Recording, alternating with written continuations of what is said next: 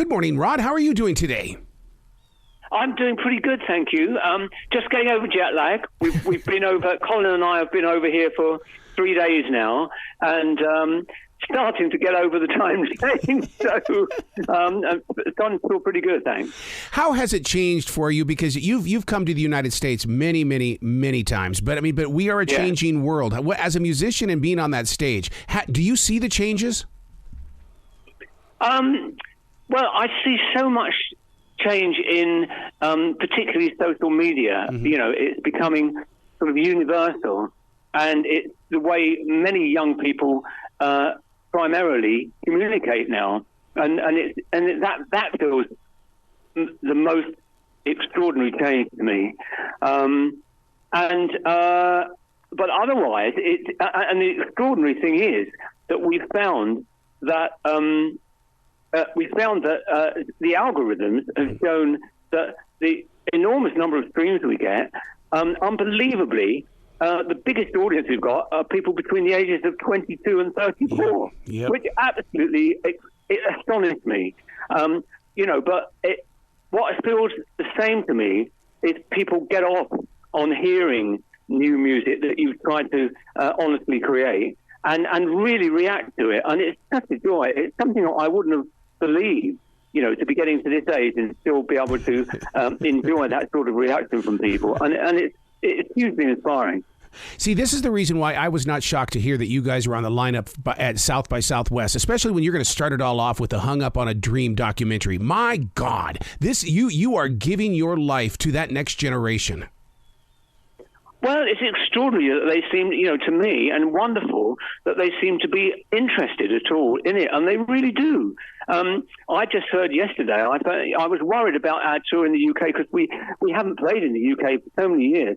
I thought, will anybody turn up? But most of the shows are sold out, even over there. So there is a sort of groundswell somehow that gets around that people sort of manage to communicate with each other, and it's terrific. It really feels good.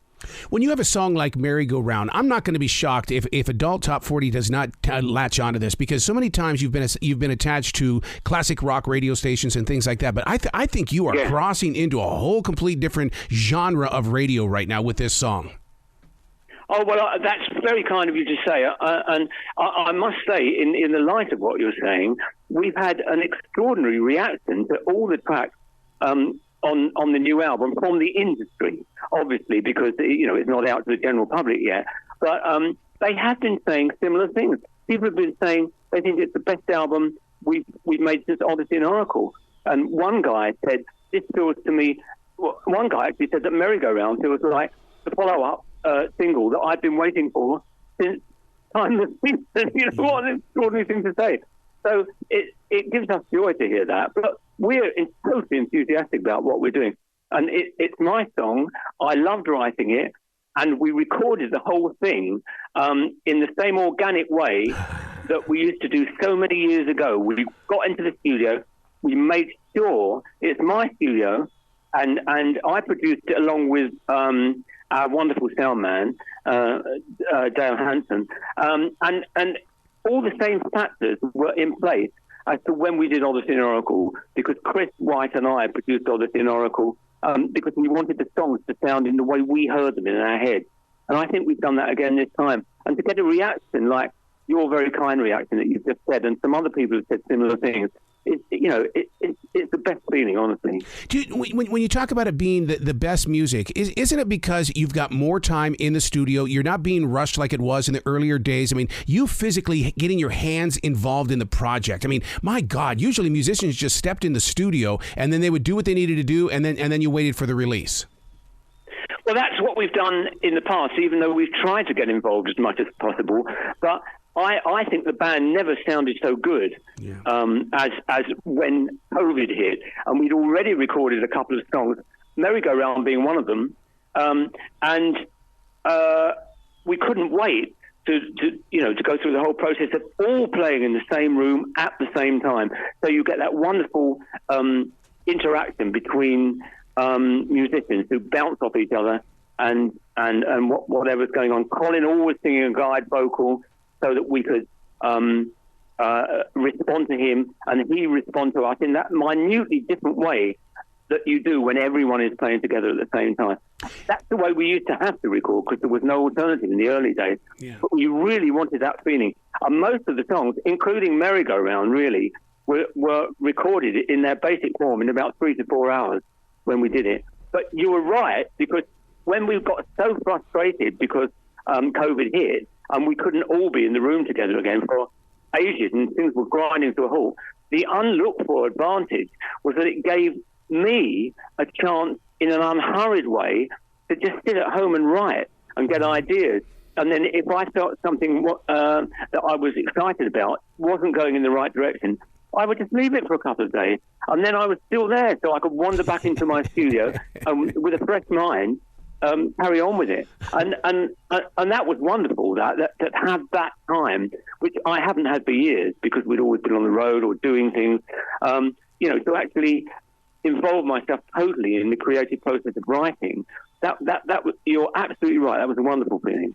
I've got to give you a Casey Kasem or a Dick Clark question here about the album cover. And I realize that listeners aren't going to get to see it until March 31st. But that album cover and that tour van that's on there, I felt like, okay, we all face those moments where we feel like we're broken down, but you guys found your way out of that situation. I love that album cover because it speaks. Well, thank you. I mean, when we did break down, it was pretty fearsome, actually, because the engine of the van we were in, the one you see on the cover, caught fire. And we were 2 hours away from Phoenix. And we had to stop and get out in 110-degree heat. It felt pretty dangerous, to be quite honest, especially as you get older, to have to do that.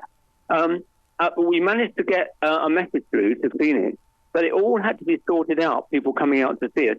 And it was 4 or 5 hours that we were stranded there. And we were all taking photographs, and I happened to take that photograph. And when I looked at it the next day, I thought it really captured something. And I posted it, and one of our managers, Chris Tuthill, wrote me a message saying, you know what, that's an album cover.